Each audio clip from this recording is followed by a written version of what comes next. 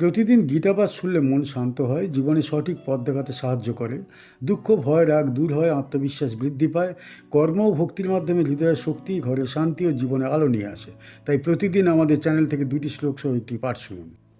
গুরুন হত্যা হি মহানুভাবান শ্রেয় ভুক্তুম ভৈক্ষম পিহ লোকে হত্যার্থ কামাংস্তু হুরুনি হইব ভুঞ্জীয় ভোগান রুধির প্রদিধান।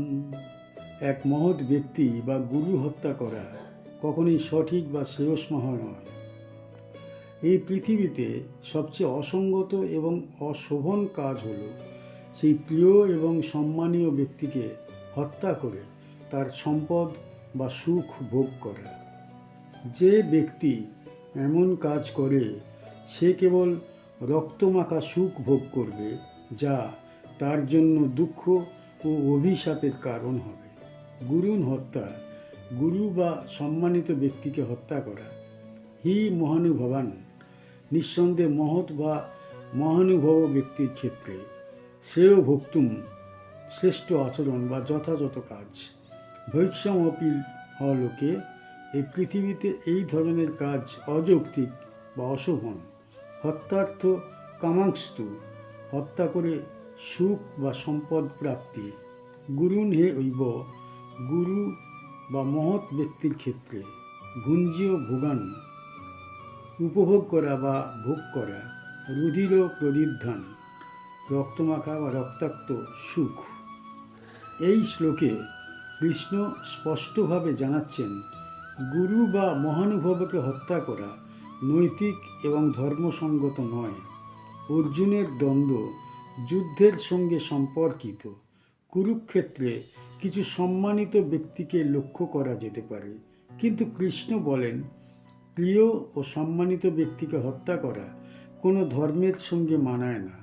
শুধু শারীরিক শক্তি বা কামনা পূরণের জন্যে কেউ গুরু বা আদর্শকে আঘাত করতে পারে না। যে ব্যক্তি তেমন কাজ করে তার প্রাপ্তি হবে কেবল দুঃখজনক। এখানে হত্যা শারীরিক, মানসিক ও নৈতিক ক্ষতি, ভোগ, ক্ষণস্থায়ী আসন, যা রক্ত পাপের দ্বারা দাগাঙ্কিত। শ্লোকটি আমাদের নৈতিক সীমা, শ্রদ্ধা ও সততা নিয়ে ভাবতে বাধ্য করে। শ্লোকটি কুরুক্ষেত্র যুদ্ধের প্রেক্ষাপটে। অর্জুন হতবাক, যুদ্ধে অনেক প্রিয় মানুষ ও গুরুর বিরুদ্ধে দাঁড়াতে হবে। কৃষ্ণ তাকে সতর্ক করেছেন, অহংকার, আবেগ বা লাভের জন্য কোনো মহৎ ব্যক্তিকে আহত করা মোটেও শোভন নয়। ধর্ম রক্ষা ও ন্যায়বোধের জন্য যুদ্ধ করা আলাদা, কিন্তু গুরু ও আদর্শকে ক্ষতিগ্রস্ত করা কখনো গ্রহণযোগ্য নয়। এটি নৈতিকতা ও কর্তব্যের সীমা বোঝায়। কি শিখতে পারি এই শ্লোক থেকে? গুরু, আদর্শ বা মহৎ ব্যক্তিকে আহত করা কখনো শোভন নয়। অবৈধ লাভের জন্যে অন্যায় করা ক্ষতিকর এবং পাপপূর্ণ। ক্ষুধা, কামনা বা লোভের জন্য নৈতিক সীমা লঙ্ঘন করা কখনোই উচিত নয়। স্বল্পকালীন আনন্দ বা সম্পদ দীর্ঘমেয়াদী সুখ বা অভিশাপে পরিণত হয়। নৈতিকতা ও শ্রদ্ধা মানব জীবনের মূল ভিত্তি।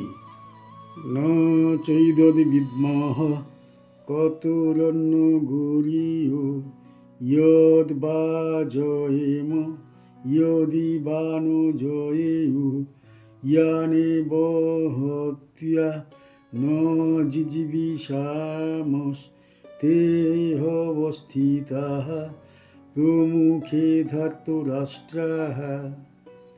অর্জুন বলেন, আমি নিশ্চিতভাবে জানি না কোনটা শ্রেষ্ঠ, যদি আমরা জিতি না যদি আমরা পরাজিত হই।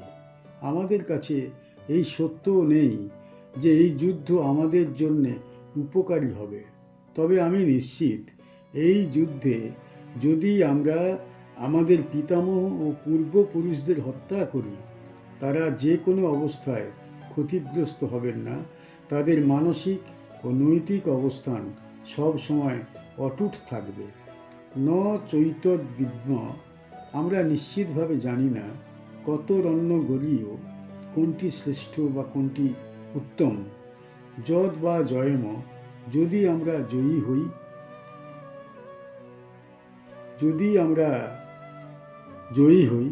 যদি বা ন জয়েউ, যদি আমরা পরাজিত হই। জানেব, জানি না বা বোঝা যায় না, হত্যা করে, ন জিজি বিষামস, আমরা বাঁচতে চাই না, তেহ বস্থিতা, তারা, পিতামহ বা পূর্বপুরুষ, প্রমুখে ধার্তরাষ্ট্রা, গুরু, পিতামহ, পিতৃপুরুষেরা মর্যাদাপূর্ণ অবস্থায়। এই শ্লোকে অর্জুন স্পষ্টভাবে বুঝতে পারছেন যুদ্ধের ফলাফল অনিশ্চিত। জয় বা পরাজয় কোনোটাই স্পষ্ট নয়। তিনি বিব্রত, কারণ যুদ্ধের লক্ষ্য শুধু বিজয় নয়, এটি নৈতিক এবং ধর্মগত দ্বন্দ্ব। এখানে অর্জুন দুটি গুরুত্বপূর্ণ সত্য প্রকাশ করেছেন। এক, ফল অনিশ্চিত। কোনো শক্তি বা কৌশল যুদ্ধের ফল নিশ্চিত করতে পারে না। দুই, পিতামহ ও পূর্বপুরুষদের মর্যাদা অটল। তাদের মানসিক ও নৈতিক অবস্থা কখনো ক্ষতিগ্রস্ত হবে না। এটি গীতার মূল শিক্ষা সংক্রান্ত। মানসিক দ্বন্দ্ব ও আবেগবশত লড়াই করবার আগে অর্জুন নিশ্চিত হতে চাইছেন কি বাস্তবভাবে ন্যায়সঙ্গত। যুদ্ধক্ষেত্র শুরু হবার ঠিক আগে অর্জুন পূর্ণ দ্বন্দ্বে ভুগছিলেন। তার নিজের পরিবার ও পিতামহরা সবচেয়ে প্রিয় তার কাছে, কিন্তু তিনি বুঝতে পারছেন যুদ্ধ এড়ানো সহজ নয়। এই শ্লোক নির্দেশ করছে মানবীয় আবেগের কারণে মানুষ প্রায় নৈতিক দ্বিধায় পড়ে, কিন্তু গুরুত্বপূর্ণ হল নিশ্চিত জ্ঞান ছাড়া সিদ্ধান্ত নেওয়া উচিত নয়। কি শিখতে পারি এই শ্লোক থেকে? ফল অজানা হলেও নৈতিক দায়িত্ব পালন করতে হবে।